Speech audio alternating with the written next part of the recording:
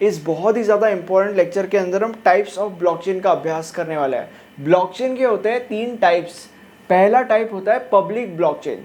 अब public blockchain के बारे में सबसे पहले तो तुम्हें यह समझने की ज़रूरत है कि most of the time public blockchain का इस्तेमाल किया जाता है।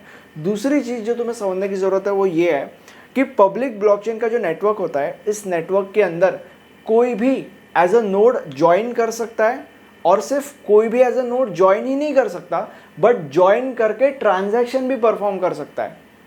ओके, और इसीलिए पब्लिक ब्लॉकचेन को परमिशन लेस डिस्ट्रीब्यूटेड लेजर या परमिशन लेस ब्लॉकचेन भी कहा जाता है। अब जैसे कि मैंने मेरे प्रीवियस लेक्चर्स के अंदर बोला था कि अगर ब्लॉकचेन नेटवर्क के अंदर तुम्हें ट्रांजैक्शन परफॉर्म करना है, जैसे फॉर एग्जांपल इस नोड को इस नोड के साथ ट्रांजैक्शन परफॉर्म करना है, तो सबसे पहले इस नोड को ट्रांजैक्शन इनिशिएट करना पड़ेगा, फिर वो ट्रांजैक्शन मैसेज बाकी सब नोड्स को मिलेगा, फिर बाकी जो सब नोड्स है वो उस ट्रांजैक्शन मैसेज को वेरीफाई करके वैलिडेट करेंगे, राइट, एंड देन आगे की चीज़ें होगी, and then finally transaction perform होगा। ओके, वेरीफाई करके वैलिडेट करना मतलब बेसिकली ये देखना कि जो भी अमाउंट ये नोड सेंड करना चाह रहा है उतना अमाउंट इसके पास है क्या। अब यहाँ पे जो ट्विस्ट पब्लिक ब्लॉकचेन के अंदर है वो ये है कि ये तो ठीक है, कोई भी नोड इस नेटवर्क का पार्ट बन सकता है और ट्रांजैक्शंस परफॉर्म कर सकता है, बट ट्विस्ट ये है कि अगर कोई भी नोड इस नेटवर्क का पार्ट बन रहा है तो उस नोड को ट्रांजैक्शंस को वेरीफाई करके वैलिडेट भी करना पड़ेगा।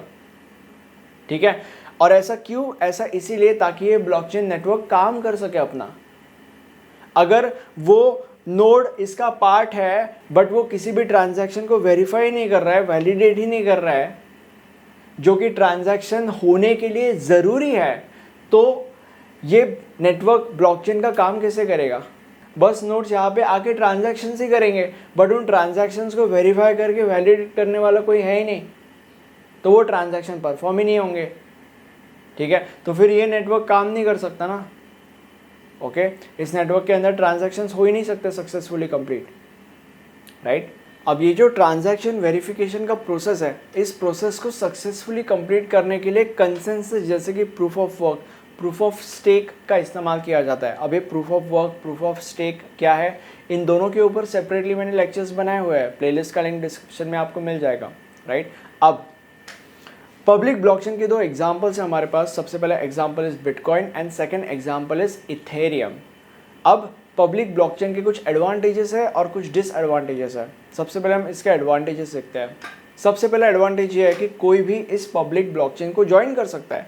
दूसरा एडवांटेज ये है कि क्योंकि ये एक पब्लिक ब्लॉकचेन नेटवर्क है जिसको कोई भी ज्वाइन कर सकता है, और जो भी इसके नोड्स है वो बेसिकली यहाँ पे काम कर रहे हैं। ओके, और क्योंकि ये यहाँ पे काम कर रहे हैं और ये पब्लिक नेटवर्क है, इसलिए यहाँ पे काम करके इन नोड्स के अंदर, यानी कि बेसिकली जो भी लोग यहाँ पे काम कर रहे हैं, इन लोगों के अंदर एक फीलिंग आती है कि वो पब्लिक के लिए, यानी कि बेसिकली अपने समाज के लिए कुछ काम कर रहे हैं, अपने समाज के लिए कुछ योगदान दे रहे हैं। Basically they feel incentivised because they are working for a public network. Now the third advantage is जो भी इस नेटवर्क के मेंबर्स है, हर एक मेंबर के पास पूरे के पूरे डेटा का एक्सेस है। ठीक है, यहाँ पे तुम देख सकते हो फॉर एग्जांपल हर एक नोड के पास पूरे के पूरे ब्लॉकचेन का एक्सेस है, मतलब बेसिकली पूरे के पूरे डेटा का एक्सेस है, और इसीलिए ट्रांसपेरेंसी बहुत ज़्यादा अच्छे से मेंटेन रहती है। अब इसके कुछ डिसएडवांटेजेस देखते हैं। सबसे पहला डिसएडवांटेज ये है कि पब्लिक ब्लॉकचेन के अंदर ट्रांजैक्शन स्पीड बहुत कम होता है। ओके, कभी कभी ट्रांजैक्शन कम स्पीड में हो जाता है बट कभी कभी ट्रांजैक्शन कंप्लीट होने में घंटों लग सकते हैं।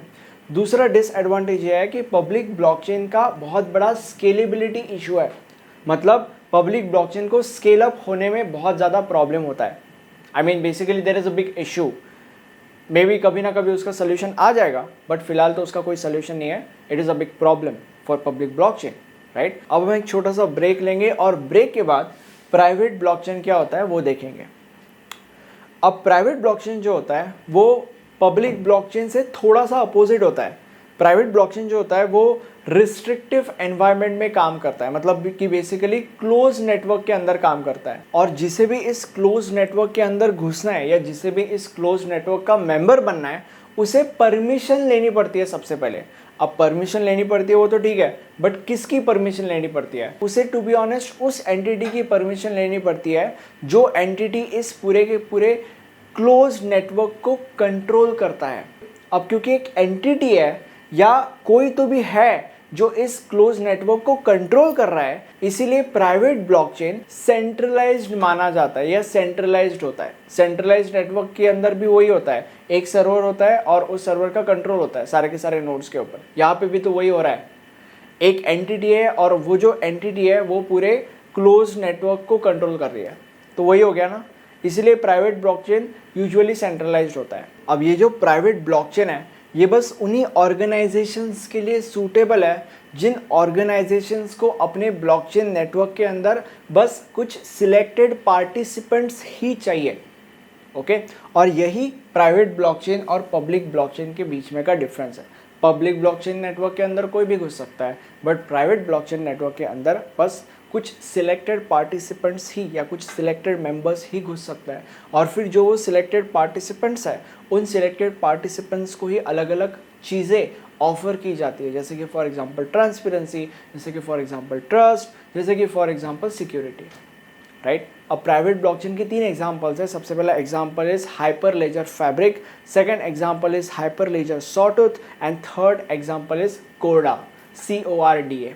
ओके, अब हम इसके एडवांटेजेस और डिसएडवांटेजेस देखते हैं। सबसे पहले हम एडवांटेजेस देखेंगे। सबसे पहला एडवांटेजेस कि जो प्राइवेट ब्लॉकचेन होता है वो as compare to public blockchain ज़्यादा फास्ट होता है, और ऐसा इसीलिए क्योंकि प्राइवेट ब्लॉकचेन के अंदर बहुत कम पार्टिसिपेंट्स होते हैं as compare to the public blockchain. कि जो प्राइवेट ब्लॉकचेन होता है उनके अंदर बहुत कम स्केलेबिलिटी इशू देखने को मिलता है, और ऐसा अगेन इसीलिए है क्योंकि प्राइवेट ब्लॉकचेन के अंदर बहुत कम पार्टिसिपेंट्स होते हैं या बहुत कम मेंबर्स होते हैं as compare to the public blockchain. अब प्राइवेट ब्लॉकचेन का एक बहुत बड़ा डिसएडवांटेज ये है कि प्राइवेट ब्लॉकचेन जो होता है वो सेंट्रलाइज्ड है, यूजुअली सेंट्रलाइज्ड होता है, जैसे कि मैंने बोला डिसेंट्रलाइज्ड नहीं होता। ओके, और ब्लॉकचेन का पूरा मेजर कॉन्सेप्ट ही ये है कि ब्लॉकचेन पूरा का पूरा डिसेंट्रलाइज्ड होता है। अगर वो डिसेंट्रलाइज्ड है तो ही वो ब्लॉकचेन है, बट ये तो सेंट्रलाइज्ड है, राइट। तो ये इसका एक बहुत बड़ा डिसएडवांटेज है। अब अगला type of blockchain is consortium blockchain. सबसे पहले तो तुम्हें ये समझने की ज़रूरत है कि कंसोर्टियम ब्लॉकचेन को फेडरेटेड ब्लॉकचेन भी कहा जाता है, और इस ब्लॉकचेन का इस्तेमाल ऐसे ऑर्गेनाइजेशंस करते हैं जिन्हें एक ऐसे ब्लॉकचेन का इस्तेमाल करना होता है जिसके अंदर कुछ पब्लिक ब्लॉकचेन की भी कुछ प्रॉपर्टीज़ हो और जिसके अंदर कुछ प्राइवेट ब्लॉकचेन की भी कुछ प्रॉपर्टीज़ हो। और कंसोर्टियम ब्लॉकचेन एक ऐसा ब्लॉकचेन है जिसके अंदर पब्लिक ब्लॉकचेन की कुछ प्रॉपर्टीज़ है और प्राइवेट ब्लॉकचेन की भी कुछ प्रॉपर्टीज़ है। अब सवाल यह है कि कंसोर्टियम ब्लॉकचेन के अंदर पब्लिक ब्लॉकचेन की कौन सी प्रॉपर्टीज़ है और प्राइवेट ब्लॉकचेन की कौन सी प्रॉपर्टीज़ है। अब कंसोर्टियम ब्लॉकचेन के अंदर पब्लिक ब्लॉकचेन की ये क्वालिटी है कि कंसोर्टियम ब्लॉकचेन के अंदर कोई भी इंसान इस कंसोर्टियम ब्लॉकचेन नेटवर्क के अंदर हिस्सा ले सकता है और ट्रांजैक्शन को इनिशिएट कर सकता है। ओके, और कंसोर्टियम ब्लॉकचेन के अंदर प्राइवेट ब्लॉकचेन की ये प्रॉपर्टी है कि भले ही इधर कोई भी इंसान इस नेटवर्क के अंदर हिस्सा लेकर ट्रांजैक्शन तो इनिशिएट कर सकता है, बट कुछ चोजन नोड्स ही है जो उस इनिशिएटेड ट्रांजैक्शन को वेरीफाई करके वैलिडेट कर सकते हैं। ये प्राइवेट ब्लॉकचेन की प्रॉपर्टी इस कंसोर्टियम ब्लॉकचेन के अंदर है। और अब मैक्रोपोलो और IBM फूड ट्रस्ट ये 2 कंसोर्टियम ब्लॉकचेन के एग्जाम्पल्स हैं। अब हम कंसोर्टियम ब्लॉकचेन के एडवांटेजेस और डिसएडवांटेजेस देखते हैं। अब इसका एक बहुत बड़ा एडवांटेज, या तुम ऐसे भी कह सकते हो कि इसके 3 बहुत अच्छे एडवांटेजेस ये है कि इसके अंदर स्केलेबिलिटी की कोई भी इश्यूज़ नहीं है या बहुत कम इश्यूज़ है। ये बहुत ही ज़्यादा सिक्योर्ड है और ये बहुत ही ज़्यादा इफ़िशियंट है। अब हम इसके डिसएडवांटेजेस देखते हैं। अब कंसोर्टियम ब्लॉकचेन का एक डिसएडवांटेज ये है कि as compare to public and private blockchain, consortium blockchain इतना ज़्यादा अनोनिमस नहीं है। इस सब्जेक्ट के जो नोट्स बनाए हैं मैंने, ये नोट्स आपके लिए बहुत ही ज़्यादा इंपॉर्टेंट होने वाले हैं। ये हमारा प्लेलिस्ट है, इस प्लेलिस्ट के अंदर आपको इस सब्जेक्ट के सारे लेक्चर्स मिल जाएंगे। Thank you so much for watching this video. Bye bye.